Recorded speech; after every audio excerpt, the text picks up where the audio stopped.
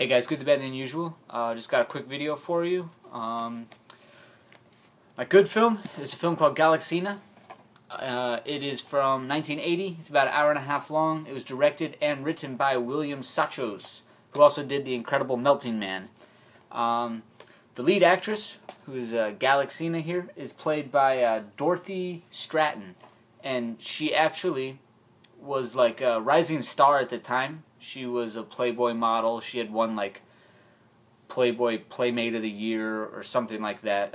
She had done commercials and a few other smaller film roles, but this was her first time being a lead in a film.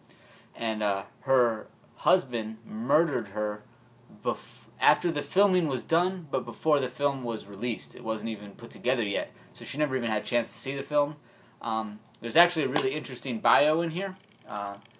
This little booklet here, it has a bio just on her, and it talks about her. It's pretty interesting, so if you do get this version, definitely take the time to read the 1 or 2 pages about her.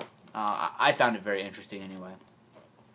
The film itself is nothing original. It's 80s sci-fi comedy. It rips off stuff like Star Wars, Alien, The Never-Ending Story, a few other ideas.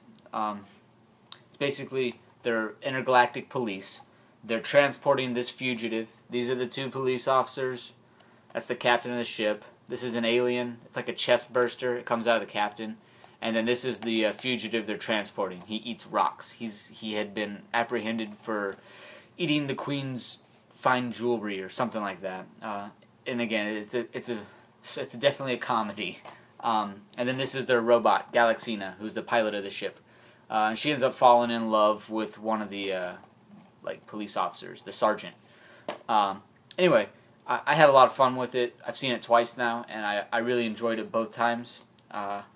They basically, they're transporting the alien back. They get tasked out with like police traffic control. So they're supposed to be monitoring people's speeds in outer space. They pull over a robot ship for going too fast. It ends up being the bad guy at the end of the film, but it's like an evil robot. You could tell right away that he's the bad guy. Then they get tasked out to go to this planet that's like 27 years away. They go all the way out there to find this blue emerald or something like that. The planet that they go to, though, the way that it's filmed is really cool. It's very, very red and yellow, and it's like an overexposure kind of trick or something like that. But it looks like Instagram, but in a film format. Very, very cool. It's definitely the best, visually pleasing portion of the film. Tons and tons of aliens. Props from other films are used in it as well. They had borrowed stuff from one of the NASA space centers. It's just really cool, really fun, and I'm surprised it was pulled off. Anyway, that's Galaxina. I definitely recommend it to anyone who's into like the crappy sci-fi films of the 80s. If you haven't seen that one, definitely check it out.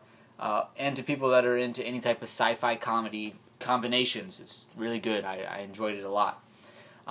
Anyway, like I said, I rewatched it on Blu-ray. This is the other edition I picked up just to see if it had any better special features or if the film quality was any better. It looks about the same as the DVD, but this has no special features whatsoever. It's just these 2 films and there's nothing else. Whereas, like I said, this one had 2 different versions of the film and a lot of different special features. And that bio and the booklet in here is really cool. So I recommend picking up this one. And like I said, it's the 25-and-a-half-year anniversary one. It's a better edition in my opinion. This does come with another film though, and that leads me into my bad. My bad is going to be the Crater Lake Monster. The Crater Lake Monster I hadn't even heard of. I just picked it up because I saw this. This was like $4, by the way. I don't remember where I got it, but I remember it was like really, really dirt cheap. So that's why I went ahead and rebought it just to watch that again. Anyway, The Crater Lake Monster is from 1977. It's about an hour and a half long. It was directed and written by William Strandberg. It's his only film. It's the only thing he's ever worked on at all, period. It was a total flop. Basically, it's about this crater lake. Meteor comes in, lands in the lake, it incubates the lake, and it causes a dinosaur egg that was at the bottom of the lake to hatch and be radioactive. So it's about a flesh-hungry dinosaur. The film is pretty interesting. It's really funny, but I don't think it was supposed to be funny. It's funny in a Mystery Science Theater kind of way. Like, if you watch it with some friends, you're going to have a good time. But if you watch it by yourself, expecting any kind of quality or pleasure from the film, you're going to end up disappointed. There's really not a lot to say. It's very Ed Woodish. It has some claymation. The dinosaur's a claymation monster. And really, that's about it. There's really nothing else to say about it. Plot, hardly any. The characters, hardly likable. But if you watch it with a friend or two, it's a good time. So if you definitely want to check out both, this is a good deal, especially since it's on Blu-ray, and it was like less than $5. So surprisingly good deal if you're looking for both of them. Lastly, my unusual.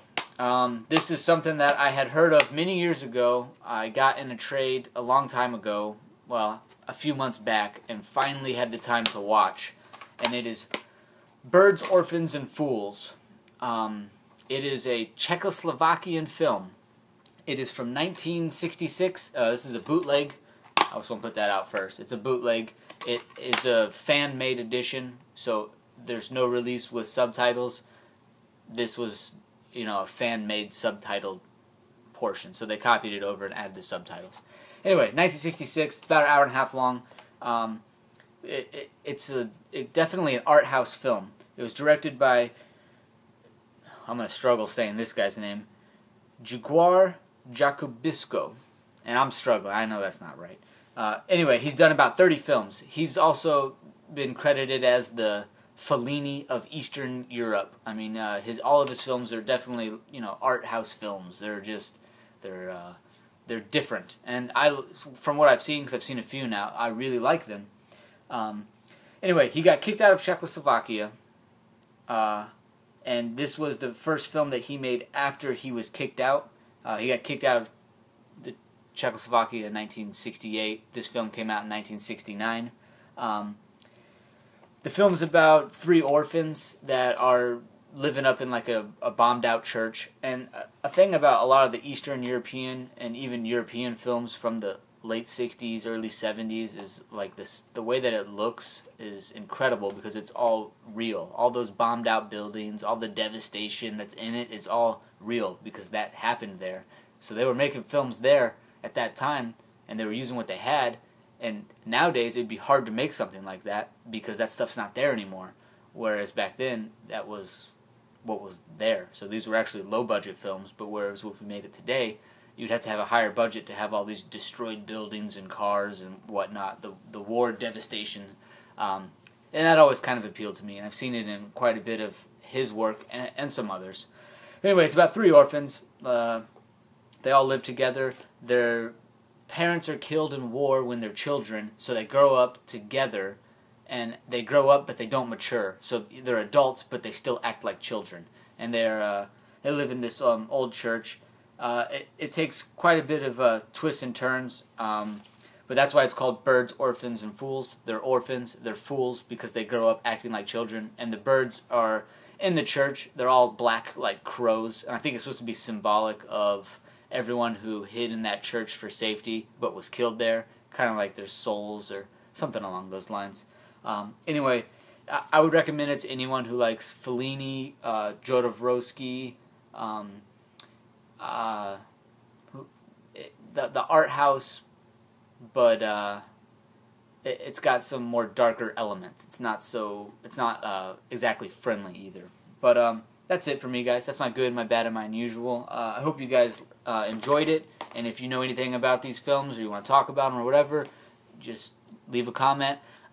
I haven't really been leaving many comments back on my more recent videos here on YouTube, but if you're friends with me on Facebook, you'll know that I'm on there quite often. I definitely spend a lot of time at work on Facebook, so I can chat with you guys on there as well. Anyway, that's it for me, guys. Have a good one.